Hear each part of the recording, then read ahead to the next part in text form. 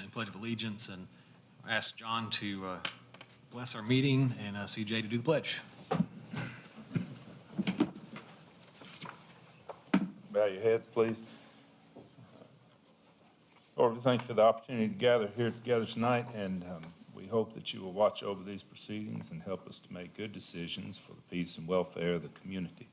We ask that you watch out for those less fortunate, and ask that you help them in time of need. Thank you. In the name of the Father, Son, and the Holy Spirit, we pray. Amen. Allegiance to the flag of the United States of America, and to the republic for which it stands, one nation, under God, indivisible, with liberty and justice for all.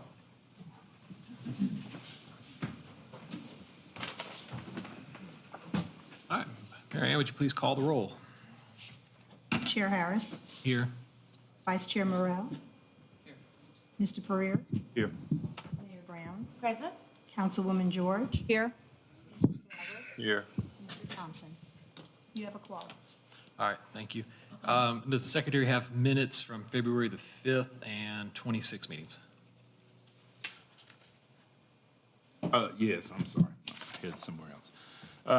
Mr. Chair, I have minutes to present from the Planning Commission work session on February 5th and meeting minutes from February 26th, and I submit that we approve without changes. Second. I've got a motion for approval from secretary and a second on that. Anybody have any changes or requests? All right, all those in favor of approving the minutes from February the 5th and February the 26th, say aye. Aye. Opposed?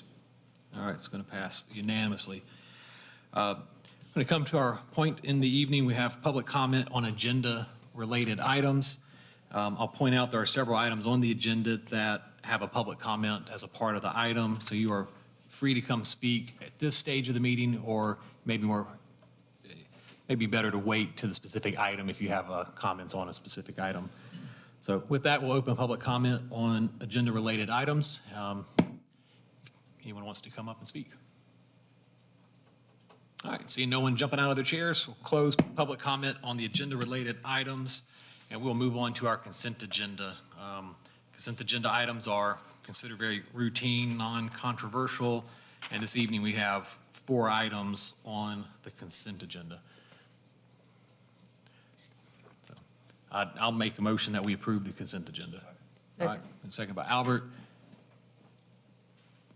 All right, all those in favor of approving the consent agenda, say aye. Aye. Opposed? All right, consent agenda is approved. That's going to move us down the agenda to item number 5. Item number 5 is resolution number 2024-031, Tri-Water Development rezoning. Thank you, Mr. Chair. Jim Carpenter, staff planner. The owner and applicant request approval to rezone one lot totaling 1.19 plus or minus acres from the CS Commercial Services zoning district to the CC Core Commercial zoning district located west of South Water and north of West Shell Street at 460 South Water Avenue. CC zoning allows for a variety of uses for both residential and commercial developments. Development of the property requires site plan approval with anything by right or conditional approval with any conditional use permit going to BZA. This is not a master plan zone district. This is a site plan district. I wanted to make that clear on the front end. With CC zoning, parking is not required for commercial uses. However, parking is required for the upper story residential and for any townhomes. Conceptual drawings have shown townhome garages, but with the site plan approval, they'll also have to meet any parking requirements for upper story residential development. But that is not what is before you at this point. It is just a recommendation on the zoning of the property itself. And with that, staff recommends approval of resolution number 2024-031 with one condition, and there will be a public comment on this item. All right, thank you, Jim. At this time, I'll open a public comment for this item. If there's anyone in the audience wishing to speak about item number 5. This is your time to come forward and speak. All right, again, seeing no one, I'll close public comment on agenda item number 5 and ask for the applicant. Thank you, Mr. Chairman. The seats changing around gets a little confusing from time to time, but I think I can manage. My name is Josh King. I'm happy to be representing the owner of the property, Ms. Yvonne Moore, and the entire development team. We are asking for CC zoning on this property, which conforms with Plan Gallatin. The intent is to create a 3-story mixed-use building on the corner with townhomes behind it, transitioning into the single-family residential neighborhood. As Mr. Carpenter pointed out, CC does not require parking, but we are providing parking on this site, both within the townhome units and within a lot area located on the inside of the project. The design team, we're still working through some of the specifics for the site plan, but we do feel that we are balancing out the parking demand with the parking we're able to supply on this property. And I know, Mr. Harris, you had asked at the work session, had we thought about what the frontage on West Shell Street looks like? And we are working through that together as a design team, and also eventually with city engineering. The idea of tire spikes for vehicles parked on the street was brought up, but Aaron won't let us do it, something about vehicle safety or potential lawsuits. So we're going to have to look for alternative, less damaging measures. And with that, I'm happy to answer any questions. Yeah, no, I appreciate that. How many, well, I guess the first question would be for staff is, with the residential uses, what are the parking requirements for those uses? Are they obligated to supply a certain number of spaces? Sure. So this is a little bit unique in a way. So there's 33 proposed apartment units within this building. Of those 33, 30 are upper story residential, which require 1.5 parking spaces per unit. The other 3 are ground floor. So I would assume that we would keep a similar ratio. If they're 2-bedroom, technically, we could require 2 instead of 1.5, but at that point, we're kind of splitting hairs a little bit. So you're looking at roughly 49 parking spaces, roughly, for the 33 units, for what would be required. Okay. Do we know how many spaces they have on the plan? It depends on the day. The site plan sketch that's being shown on the screen at the moment was done by the architect. The engineer has gotten a hold of it and said, well, we need to look at auto turn templates. We need to figure out how the dumpster works. And also the parking space requirements for the city are different than was initially drawn. So that number is in flux. We're also looking at how the retail uses on the ground floor and the upper story residential uses, what that sharing would look like between the two of them. One is a peak daytime use, one is a peak evening use. So we're trying to balance out the parking on the site under the CC requirements, but also respecting the city's vision for this to become more of a downtown type anchor. Am I reading that there's 2 3-bedroom units? I believe our initial bedroom count, our initial unit count had 2 3-bedrooms. Will that There- change the parking requirements? The way the zoning ordinance currently treats it, it is all considered upper story residential parking. But also the smaller units are more efficiency units versus a true 1-bedroom separated. There's also an element of this project that is going to be designated for more affordable housing. So the parking demand for those and the vehicle trips would be less than, say, a Fairview type apartment building.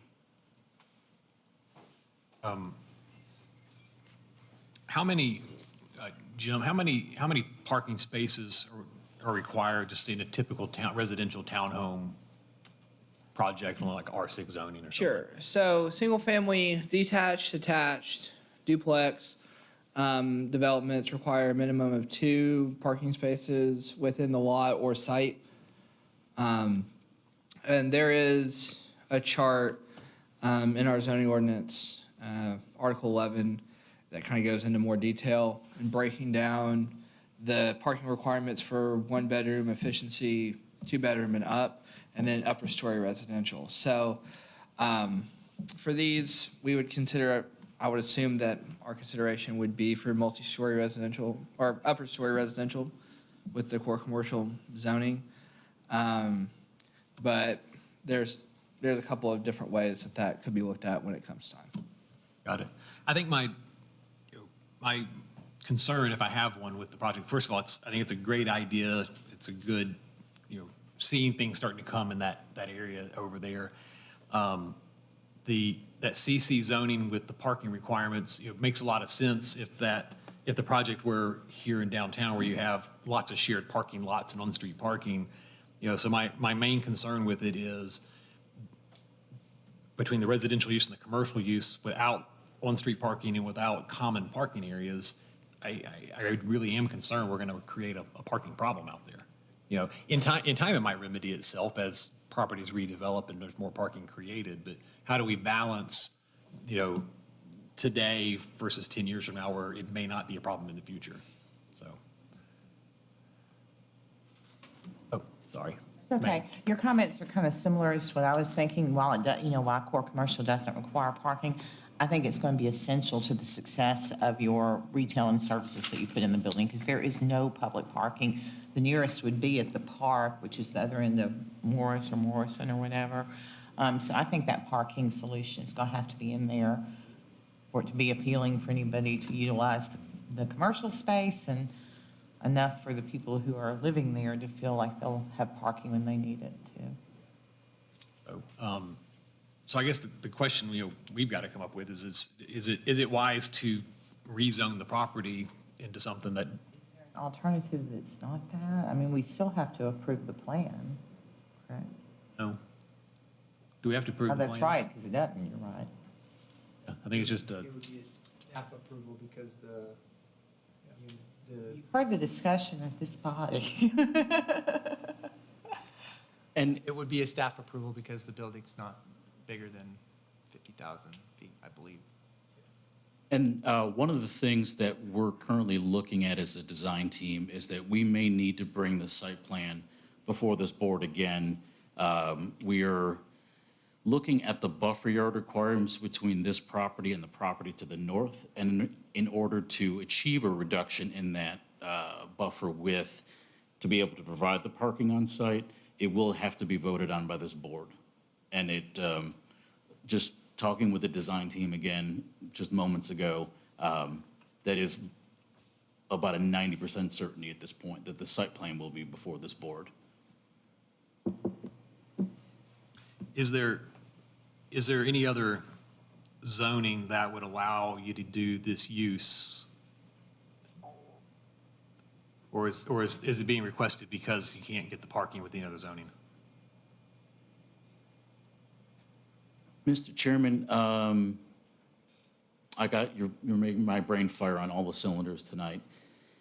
The closest would be, I would think, MRO zoning, but I don't think we could get the same unit count, and that would affect the ability to keep, designate some of these units as workforce housing.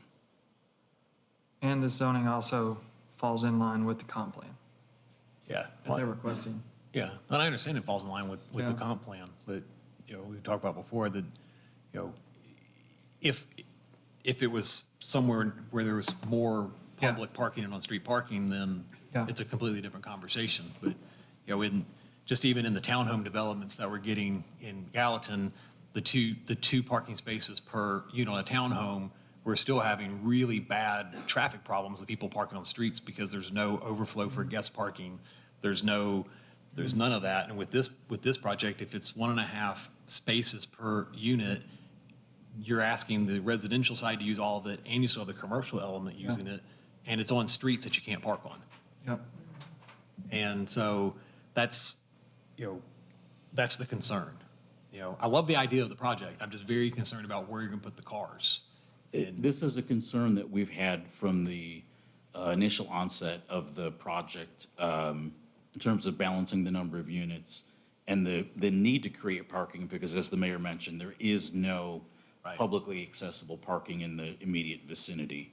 Long-term vision would be there'd be shared parking amongst all of the parcels, all of the redevelopment projects along this strip, and that would alleviate the problem in the future. But this board and the reality of the development is we have to make this work in what it looks like today.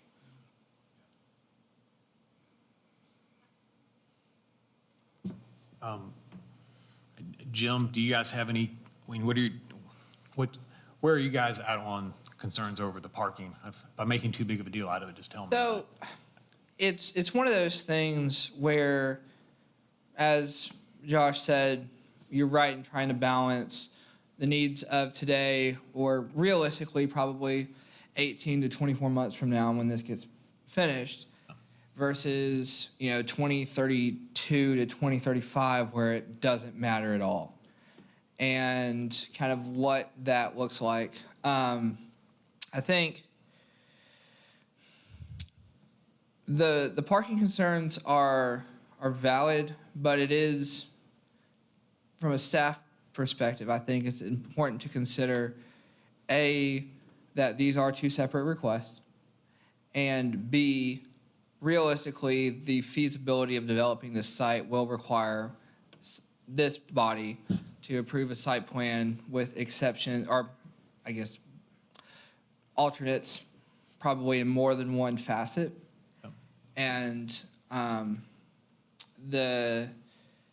it would only be able to be approved by staff if it met 100% of code requirements in every facet. And so I don't know if that's enough of an insurance policy necessarily for you to feel comfortable, but I think it should be said on the front end that realistically, you're going to be looking at least probably 2 exceptions in buffer yard and parking. But with those exceptions, a section to the buffer yard would be needed just to get to the minimum parking of 1.5 units per acre, or per 1.5 spaces per unit. And, and I'm not sure that that's enough parking, even if, you see what I'm saying? It's because you're trying to balance. If it were just solely residential, then maybe it's a different conversation. But when you add the commercial element into it, those, they got to park somewhere. If we do the rezoning, we've now locked ourselves into a maximum amount of parking that we could require. Right? Technically, but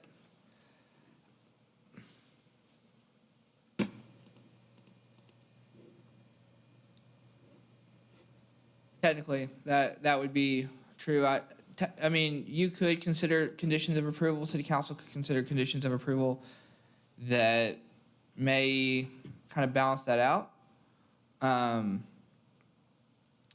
But yes, that's what you're looking at. Anybody else have any thoughts you want to add? I don't wanna- I guess, Mr. King, is there anything you guys can do or show of how the parking could work so we're not creating a problem? I know you're not prepared to do that necessarily this evening, but I don't. If we get comfortable with the parking that it's going to function, I'm not opposed to the rezoning, and I don't know if that's something we can make the rezoning conditional upon the approval of a plan that provides adequate parking. That might be more than we're allowed to do, but It's a straight CC zoning, so there is no plan per se that's attached, as if you would have in a FMD or PMDP rezoning, one of those districts. But as Jim already mentioned in his Mr. Rose already mentioned, the site plan that they submit would have to meet all requirements of the zoning code, Right. which they would have to make, if they didn't meet their parking requirements, they would have to make revisions to the plan to meet those. Yeah, but only to get to 1.5 spaces per unit. 1.5 spaces per unit. I think the parking as of the last draft, which is similar to what's on the screen with, I think, a few less townhome units. 1.5 or 2 spaces is what we were targeting specifically for the surface spaces that would service the 3-story mixed-use building. So we were trying to figure out a share factor that would work with the commercial uses on the front, with the residential uses above, but also with the understanding that those are designated affordable units, but that's not a parking characteristic that is in the current zoning ordinance. So we're trying not to introduce things that were not part of the ordinance, so the staff wouldn't be put into a difficult position.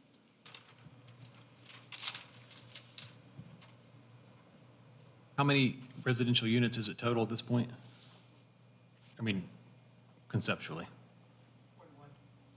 Pardon me? 41, Conceptually, 41 at the moment. And 33 multifamily and 8 townhomes. That's correct. And again, the current draft that staff has not seen yet, because it's still in development, has I think 2 to 3 less units than originally proposed. Especially the 3-story building, the mechanicals are gonna need a little bit more space than were originally presented. The elevator, to be able to make all 3 floors ADA accessible, we needed just a little bit more room for those and for the emergency stairwells. Do you think you could get conceptually 2 parking spots per residential unit? If that's the target, we will make it work. Especially we're already reducing the number of townhomes. We can readjust the balance of the units in the 3-story building. Actually, hang on, let me check with my client.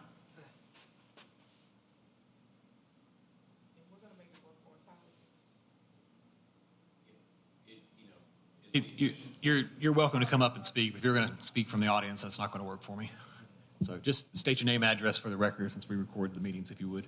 Hi, I'm Brandon Bell with Gresham Smith. I'm an architect on the project. Our office, Gresham Smith's at 222 2nd Avenue South in Nashville, Tennessee. I guess to try to maybe better understand, we want to make sure we provide adequate parking for the uses that are there. So, we're figuring parking based on the retail usage. And then based on our understanding of the CC zone, there are multiple triggers for how many cars are required per unit. So there's an efficiency category, is what we understand, which is 1 car per unit. And Josh, correct me if I'm wrong. So there's a lot of these units, as Mrs. Moore said back there, they're efficiency units, so they're smaller than average market rate units. Right. So they typically won't demand the 1.5, like, in a typical suburban market, you're looking at 1.5 cars per unit. That's what we typically see.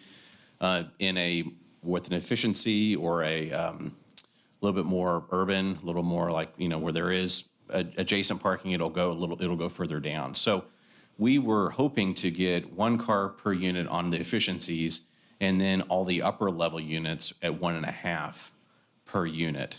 So we only have 2 3-bedroom units. That's just, they're on the corner of West Shell and South Water. So those would we were asking for 1.5. Perhaps if that's a concern, typically it's the 2 bedrooms that demand the most cars. That's typically what we see in the market. But we, obviously want to park this thing to make you all comfortable, but we are asking, I know it's a little bit from downtown, but we are looking to take advantage of the parking allowances that are in the CC zoning. Yeah, so I know it's somewhat negotiated, but I don't know if that answers your question, Mr. Chairman, but yeah. I think the parking allowances are based on having available public parking That's- though. And that's the challenge that we have here because no one is going to walk, 5 or 6 blocks. Right, from to downtown, yeah. This area to shop or Yeah. take the groceries home. you know? Yeah, that was going to be the point I was going to make, is those parking allowances make sense when there's other opportunities for parking. So in this case, it's just not going to happen that way, so. And typically, even if it's a one-bedroom unit, you have to assume 2 people might live there and 2 people might have 2 separate jobs and might have to travel with a car to their job. So a lot of times you're going to have a 2-car requirement per unit, dependent, no matter what, if it's a small unit or not. And then you still have a commercial element to this, that there's people coming to it. So I don't want to hold it up any more than we've already done tonight on it. I'll make a motion to approve the rezoning with staff's one condition of approval, but I'll add a second condition of approval that it be provided 2 parking spaces per residential unit on the site. I will second that. So that's the motion to approve the rezoning, just asking, for the 2 parking spaces per unit to ensure that there's adequate parking there, and then that gives staff the leeway to work through that. So, all right, any other comments on that? All right, I'll call for the vote. All those in favor of approval with the 2 conditions, say aye. Aye. Opposed? All right, it passes unanimously. Thank you.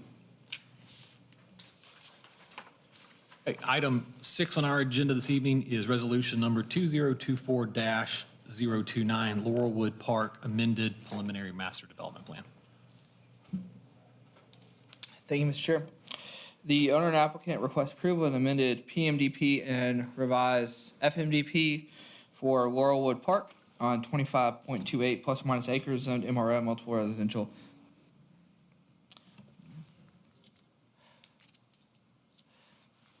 Office district located south of, no, I don't think that's right. Anyhow, the owner applicant are seeking to amend the PMDP and revise the FMDP for, to revise the minimum lot width from 28 feet wide to 24 feet wide, and the minimum lot size down to 2,340 square feet. No additional residential units are added to this plan. It's the same as what's been before you before. And with that, staff recommends approval. Staff recommends that this be considered a minor amendment to the approved PMDP and recommends approval of resolution number 2024-029 with 11 conditions. And there will be a public comment on this item. All right, thanks, Jim.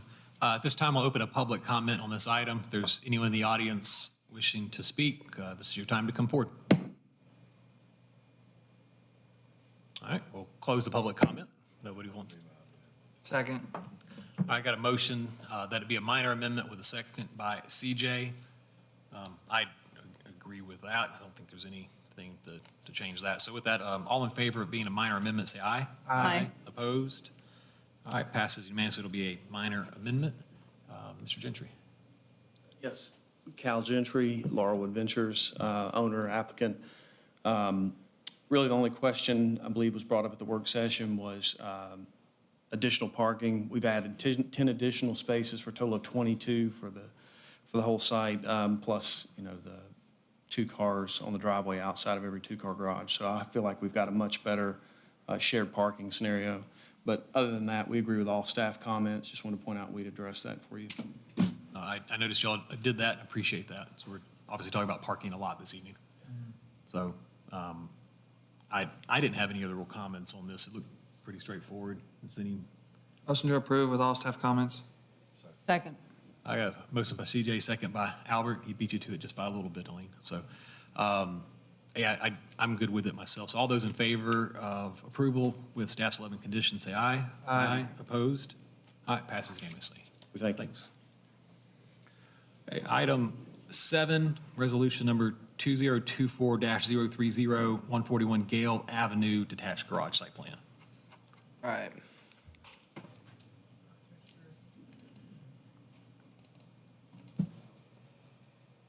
All right. The owner and applicant request approval of a site plan with alternate architecture for a 960 square foot accessory structure on a .59 plus or minus acre lot zoned R15 medium density residential district located at 141 Gale Avenue. The accessory structure is not consistent with the primary structure. However, there are many similar structures in the neighborhood. Planning staff recommends denial of this item. All right, thanks, Jim. Do we have a representative for the applicant or the applicant themselves?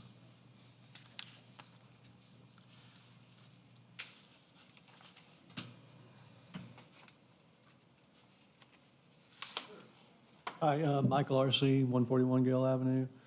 And I'm Angie Hodges. Sorry. All right, no, great. You understand why staff has to recommend to be denied, right? I think we talked about Not the words. exactly, to be honest. Oh, okay, people get confused on these. Our current ordinance says that an accessory structure needs to Okay. match the primary structure. So if you have a Okay. brick house, it'd be a brick building. So they don't have the ability to approve it since it doesn't match. So Okay. that's why it's got to come here. Okay. We are going to fix that in our zoning ordinance update, though. Yes. We are working on that. We are working on that. So that's what you understand. No, there's a process that's driving it. It's not a, Nice nobody- guy.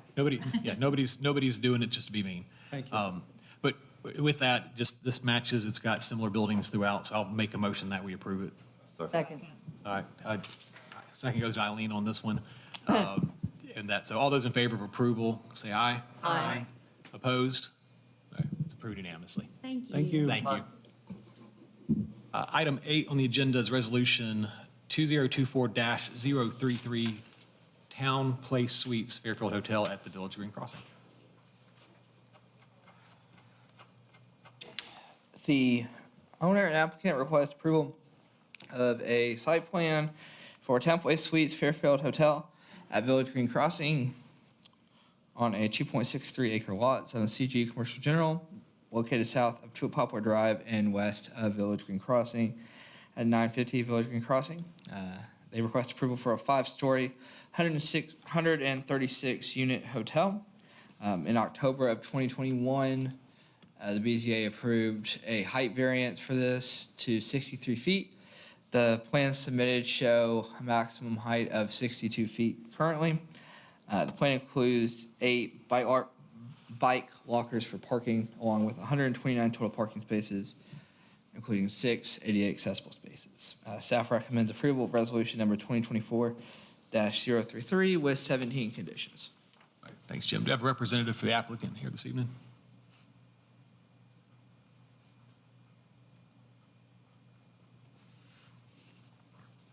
Daniel Whitley with Arna Consulting Engineers, owner's representative for the project. And we do not have any issue with any of the staff comments. We're Okay, good. those. Just going back through the staff's conditions of approval, we're not asking them to go back to 70% brick on this, right? We're good, okay. Just making sure it wasn't snuck in there, I missed it. Then are they able to work out the access alignment from across the street? That's part of one of the conditions that they show. I think it actually says, The match with Candlewood yeah, Suites? showing the alignment of driveways, so just showing that they line up. Okay. We did get a copy of that plan from across the street, and the entrances do align, so. Okay. Yeah. I think we had some discussion on the street trees that are going through there, and those look like they're shown in the landscape plan, right? Good, okay. All right. I don't have any questions. Yeah, it's a good-looking building. I appreciate you guys working with the staff to address the issue, so. Second. I got a motion from Albert with staff 17 conditions of approval, seconded by CJ. No further discussion. We'll call for the vote. All those in favor say aye. Aye. Opposed? All right, passes unanimously. All right, thank you. Item 8 on the agenda is Resolution 2024-032, City of Gallatin Public Works Department and Engineering Department Site Plan. I'm not. I'm sorry, 9, my apologies. You almost threw me off there. Charlie Pieri, staff planner. Owner and applicant is requesting the approval of their site plan for a parking lot expansion located at 633 Long Hollow Pike. Property is currently zoned as commercial general, and administrative services is permitted use in that zoning district. Planning Department recommends the approval of Resolution 2024-032 with no conditions. With that, I will turn it over to Aaron for any questions. I'm the applicant. Here to represent. Were you as thorough on yourself as you are to all of our other applicants? Yes. Or so would be the appropriate answer. Yes, ma'am. No I think conditions. our department had the only comment on it, Oh, good. adding the planning reference number on it.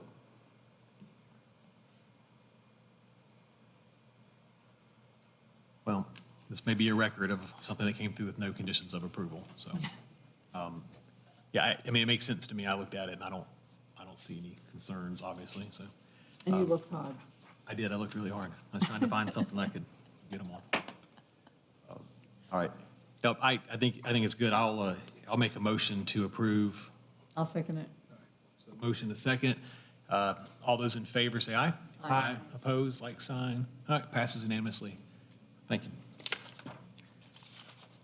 All right, item 10 on the agenda is Resolution 2024-015, Woods Ferry right-of-way abandonment and vacation. Right. The owner of an adjacent property and applicant requests the city of Gallatin to abandon a 25-foot wide portion of public right-of-way totaling .24 plus or minus acres located west of South Water and north of State Route Highway 109. In a little bit of an update, we have a few additional proposals, or maybe proposal is the wrong word, but opportunities for layout and access to this property that were sent over today. And so 1.1 and 1.2 were sent over. 1.2, I believe, is the result of a meeting with the engineering department today with the applicant, and shows a proposed layout connecting to, I believe, the adjacent property. But with that, I will let engineering and the applicant give us more information on that. Go ahead, Aaron. So engineering stance hasn't changed since the time this was first presented. Public safety is the major concern. Right-of-way abandonment and the access are two separate things, but they are related. Adding more property to this lot gives the opportunity for a higher trip-generating use that would ask for an unsafe driveway connection to South Water Avenue after loss of access was compensated for to the owner in 1989.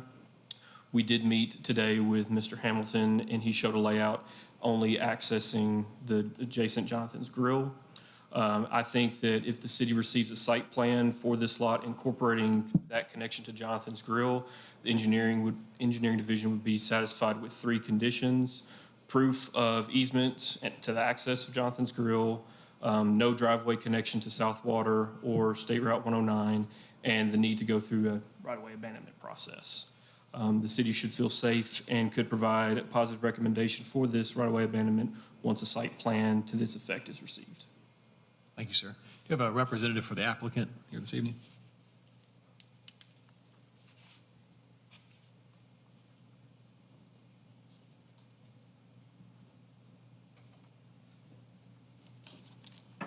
Thank you. Brian Hamilton, Nashville Civil, 700 51st Avenue North, Nashville, Tennessee. First, I'd like to thank Aaron and Nick for their time earlier. And I guess I'm not, well, I've been here quite a few times talking about this, and it's led to 2 other sketches. First, we were trying to talk about abandonment, with no access, trying to separate the 2, but clearly they've been combined. So I guess I'm confused about if we're voting for what Aaron said, that we could work with Aaron and Nick or department for approval of a site plan. And then we'd get the right of way. I guess that's the verbiage. Yes. So I think in most cases for right-of-way abandonment, it is preceded by a site plan that shows that it can work, and then the right-of-way abandonment would come after the site plan approval. Okay, so I guess not having the site plan, I guess that's two issues then. So the site plan doesn't exist tonight, so could we vote to work with Aaron and Nick on that, or do we need to? I'm asking a question. Yeah, no, you're fine. I think I understand where you're coming from. So I think ultimately, on this item, we're just a recommending body, so it's ultimately going to go to city council. So I think regardless of what we do tonight, you're gonna have an opportunity before it gets to council to do anything, work with Aaron that would get them to where they would support it at that level. Okay. So it doesn't end here this evening, one way or another. Your next step is to go into city council. So there'll be an opportunity to work through that process there. Because when it comes to the right-of-way abandonment in this property, they're going to be the ultimate deciding factor. So our job is, to look at something for what's being asked for, make a decision. Is it good planning, on the surface of what we have to review with it? And make a determination, and that's just a recommendation to the council. Even if we vote to deny it, then if it goes to the city council with information that Aaron's asking for, and then you guys are talking about it, and it makes sense, the conversation probably changes, would be my guess. I'm not on the city council, I can't speak to that, but that'd be my comment. So anybody else have any thoughts about this project? No question. Yeah, by all means, sir. So I just want to make sure I understand. The issue of the right-of-way abandonment is a separate issue from the site plan, just like an annexation issue is a separate issue from a site plan. So if this right-of-way is abandoned, somehow connected to this proposed site plan that does not have access to 109, and nothing happens on this site for 3, 4, 5 years, and someone comes along, the property owner comes along later with a site plan that does have access to 109, which is exactly what we're trying to avoid. Explain to me why that scenario couldn't play out. Someone. I'm not suggesting that that's your ploy or that that's your tactic, but that does happen. Go ahead, I'm sorry. I'm not sure that would be allowed by Aaron, Nick, or engineering, or TDOT, but because the distance on that curve on 109. Well, I think he's also talking about South Water as well. Oh, yeah, well, 109, yeah, that's that small little piece there. are they two separate issues, the granting of the right-of-way and the site plan? Am I correct in thinking that they are not tied together? They're two separate issues? That is correct.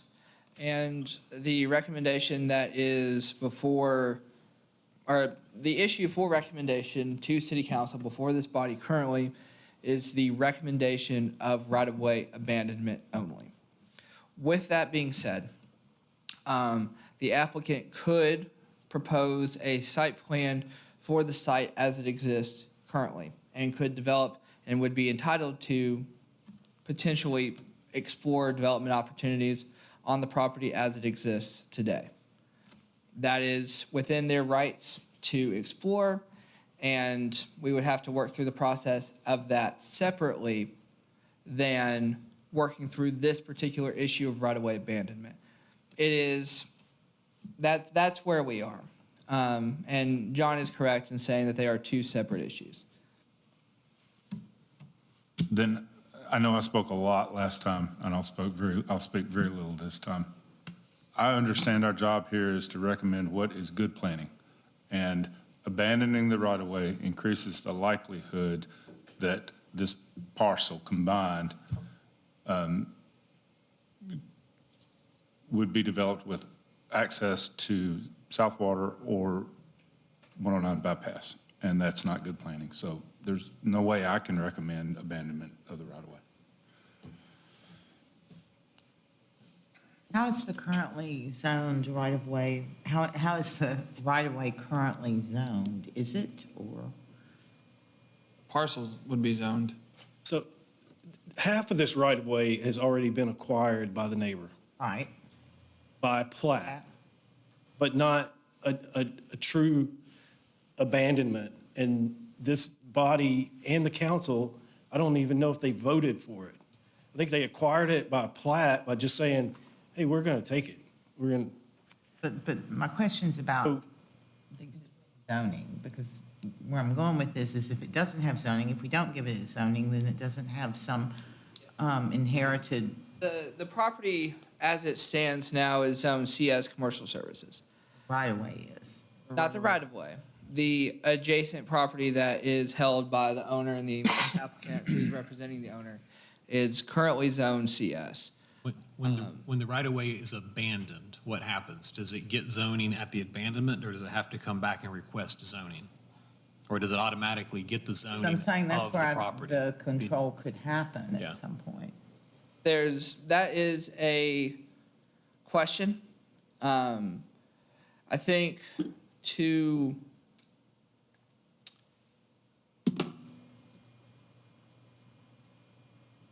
Could I interject with something that might be helpful? Go back and look in your records on the south side of 109 bypass. We ran into this same situation with the right-of-way for the marine boat Yeah, for place. Rodeos, and yeah. And I remember in the notes that this right-of-way goes back to 1849, when the Woods Ferry was created. And it was, they had to do all kinds of research. You might find some really helpful information on that item, because it's the exact same situation here. But a lot of that. Well, And that, I'm assuming that did not end well.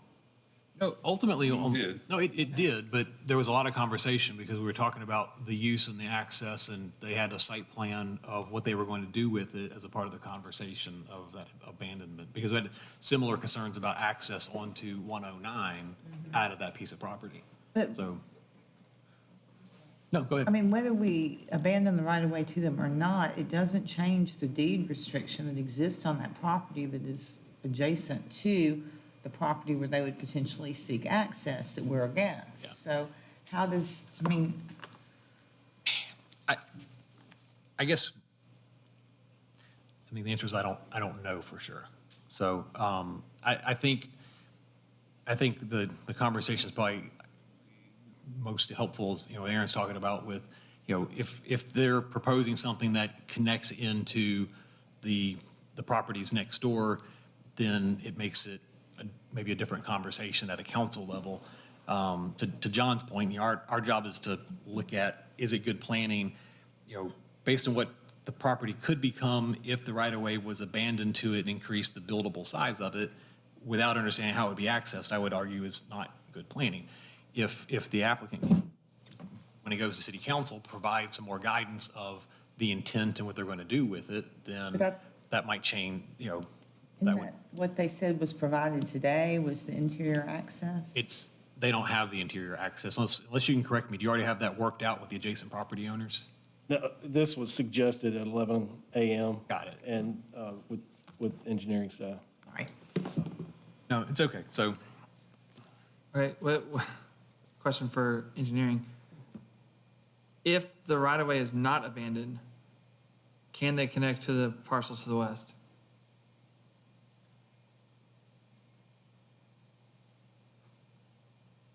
I think they still could. Okay. Just through an easement? Or I guess it's public right-of-way, so it's technically Yeah, you it's can public access it. right-of-way. it's still right away. It's still there. So, well, look, again, My follow-up question is, can we put conditions on a recommendation? I don't know how we put conditions on a recommendation when there's not a site plan to support it. So I think, I'll make a motion so we can try to move along. I'll make a motion to deny, to send a negative recommendation for the right-of-way abandonment to city council in the hopes that in the meantime, they can work through some of these other things and let the council weigh in on what they want to do. But just on the surface of what we have to look at, is it good planning to abandon the right or not? I would argue that it's not based on what we have. So I'll make a motion to deny it, but that's why I'm making the motion that way. It still goes on to city council. Done that The recently. motion? That was a motion. I will second the motion. Okay. So we've got a motion and a second to deny it. I was Now we going have to a say, discussion. similar to what we've done recently with another project that really didn't have resolution yet, but then when it got to council, Councilwoman George and I could kind of explain the circumstances Right. and I think create opportunity for a little more positive acceptance than it would typically come with a, Or would it be better to keep it here, to have them come back? that would with- always be my preference, but in that last case, Yeah. I think this is one that, honestly, I think this needs to go to the council. Thank you. You're welcome. Question, clarification? Yes, sir. I want to be clear for everybody, a vote of yes is recommending that the council not abandon the right-of-way. That's correct. Right. Yes, yeah. A yes vote is is a negative recommendation to council. So, not really comfortable with that either, but But I guess, could I ask a question? No, not right now. you've already got a motion in a second, so we're voting on it, so. yeah. So what's uncomfortable that we're saying yes that it denies on the vote? Because, because I do feel like there's an opportunity, but then I go back to the first time that we talked about it, when I said, come with a plan that has interior access, and they came back with a plan that had access to South Water. Right. So I don't have an issue truly with abandoning the right-of-way, but I do have issue with it opening the door for something years down where nobody recalls this conversation and nobody happens to look at the deed or something to see that restriction was there, and then we have a mess and we've had it. We had it happen over on, off of Walnut Crest recently. Oh, we have these rights, and we're like, wait, no. Exactly. And I think, by sending this to council with a negative recommendation, will, give the applicant time to present an option of either internal access or something that gets the council comfortable with it. and then- Internal. Yeah, internal or whatever it is to make a good decision on it. But that's that. So any other comments before I call for a vote? All right, with that, I'm gonna call for the vote. And again, it's a recommendation to send it to city council with a negative recommendation. So a vote of yes is to send it on the negative recommendation. So, Oh, that sounds awful. Mr. Chair, yes, sir. can I know you're about to vote. I just wanted to ask a question, if it's possible to make a condition that they record some sort of deed restriction that does prohibit access onto those two streets. I think they already have it. But that exists on the original parcel, but not on what we would be adding to it. So is that what you're suggesting? I'm just asking if that's something that could be legally done, and then that way they wouldn't be able to access from those two streets? I don't know how we Our would. attorneys wants to say something. I don't know how we could do that when it comes to a right-of-way abandonment request. If it was a request for a rezoning, it might be a different conversation. So, I don't. Latisha Alexander, Assistant City Attorney, that restriction is already on the deed. That's the issue that we're here. We don't need to put another condition on it, because that's the issue that we're having right now, is it's already been restricted. That property in question has already been access restricted when they contracted prior to this moment. So there's no need to put a additional condition to say, again, you can't have access to this, in my legal opinion. Oh, and that's kind of what I was thinking too, and that adding the right-of-way isn't going to change the property adjacent to the area that would have the access. Am I right? You're nodding at me. You're making. I don't think it will change, but the issue is who's going to enforce the deed. But what If they chose to ignore it, who's going to enforce it? Because that's the issue. If we abandon it, because our stance is that access has been sold away so that it cannot be used. But should we abandon the roadway, who's going to enforce that restriction should they decide to sell and do what they want? Couldn't that be on the deed? But I mean, wouldn't that be the case whether we abandoned it or whether we didn't? For the existing property? Or are you Well- saying because now it's too small to develop? If we're still in control of the roadway, then that cannot happen. But if we abandon it and allow them to have control over it, Oh, okay. then who's going to enforce it? There's a possibility, yes, it could happen, in my opinion. And I agree, which I think it's important that before the roadway is abandoned and creates an opportunity, it would be good to have it done with a site plan that's also following with it, so we know how it's going to be utilized. So that's that. I mean, not to overcomplicate it, but in theory, who's to say that you couldn't have interior access? The abandonment the right-of-way gets abandoned, and 15 years from now, they came up and say, we should have access to 109. We demand that if there's a new property owner and a new business and all that. And if the parcel's large enough to build on, then that's possible. Without the right-of-way being abandoned, it's not likely that there's enough property to construct But no, anything. I'm saying once it's, say they have an interior plan, they add on the abandoned right-of-way, it's big enough to build, they build something. 10, 15 years from now, they sell it to somebody else, they tear down whatever's built there, something new gets built. I mean, I think we're going down the kind of That would the potentially. rabbit hole of all the potential scenarios of It how could be, but something then can if play you're out. changing the use, then it comes back through the planning commission for the You're approval. not, say you're not changing the use, say say you've got a coffee shop and you're tearing it down for a different coffee shop, or say But again, that's why this body doesn't have to abandon the right-of-way ever. Because what's been proposed is a site plan that will give them access to their property as it now stands. Because it was articulated at some point, since we've been talking about that, is they don't have access. Well, the new plan that has been discussed between engineering and the applicant would give them access to their property with an easement agreement with Jonathan's, and there you have it. And then why would the city at that point in time abandon the right-of-way? Period. They have access, and the right-of-way is still protected from being added to create an unsafe environment for the citizens of Gallatin.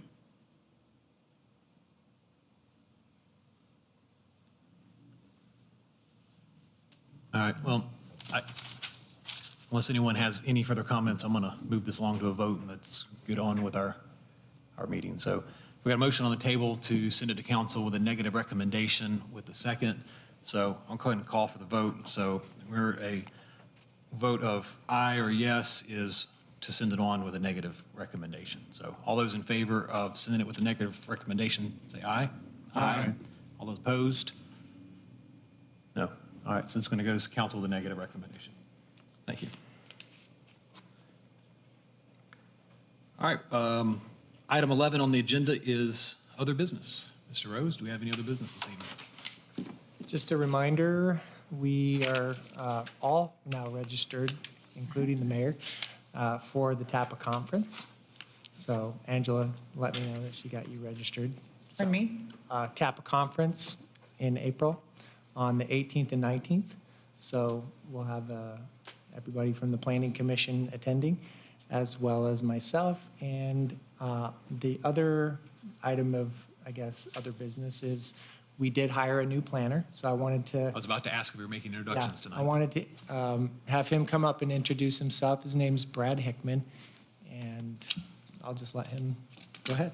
That was fast. Hi, Brad Hickman, new to the planning department. I'm very happy to be here. Everyone I've met so far has been very helpful and professional and kind, and it's great to be here. We try to do that on the first couple of weeks. It's the honeymoon period. Next week is going to be rough. No, I got to meet Brad a couple of days ago and meet him, so we're thrilled to have you on the team and look forward to working with you. Good to Thank have you. Yeah. Thank you. Welcome. And that's it for. I'll say that always covers other business and announcements, right? All right. Actually, one more item. Just a reminder also, I think all of you have gotten scheduled for interviews with our TPUDC team for the zoning ordinance update. I still have to finalize yours, Matt, actually. I know you said you sent your availability, but I have to actually get them to, I've got some flexibility on that day, too, so. okay, all right. That's a Zoom meeting, right? Those are all Zoom meetings. I will be in attendance on those Zoom meetings, but probably won't say much. I'll let you guys just do your interview together with them, and I'll sit there and take notes and observe. But other than that, just a chance for them to touch base with you on a one-on-one basis, get your feelings on what works and what doesn't work with the zoning ordinance, areas of interest and focus that you think we ought to be looking at. You know, I know you've been here at differing amounts of time, but, you know, whatever kind of experience you have with working with the zoning ordinance and the developments that have occurred here in the city can give you a place to start, at least with, you know, where you can see where we might need to do some work on this. So the interviews are scheduled for about 30 minutes, although there will be a little bit of flex time afterwards. So if it goes long, the next one won't start until 30 minutes after that. So if you're a long talker, so differing days, but March 28th and April 1st were the 2 days that we had worked on schedules. Go back and look. I don't think, Might get on one. yeah, but I was incapacitated. Okay. I'll double check and make sure if we need to. Yeah, I don't think I finalized a time, so. Okay. Yeah, I'll look at that as well and just make sure. But other than that, we're good. Good. Thank you, sir. Last item on the agenda is adjournment. I'll make a motion to adjourn. Second. All those in favor of adjourning, say aye. Aye. Opposed? Great. All right, thank you.